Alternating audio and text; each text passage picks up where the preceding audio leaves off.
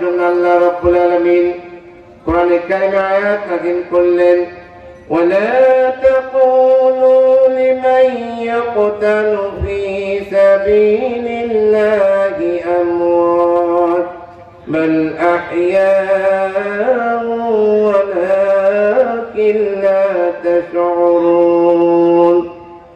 আল্লাহ রাব্বুল আলামিন বলেন, আল্লাহর পথে যারা জীবন দেয় তাদেরকে মৃত বলো না, বরং তারা জীবিত, তোমরা তা বুঝতে পারো না।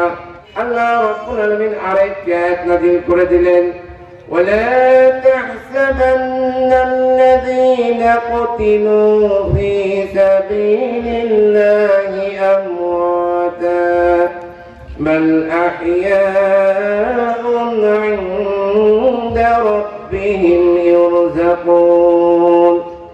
রাব্বুল আলামিন বলেন, আল্লাহর পথে যারা জীবন দেয় তাদেরকে মৃত বলে ধারণা করো না, বরং তারা জীবিত আর তা আল্লাহর কাছে রিজিক প্রাপ্ত।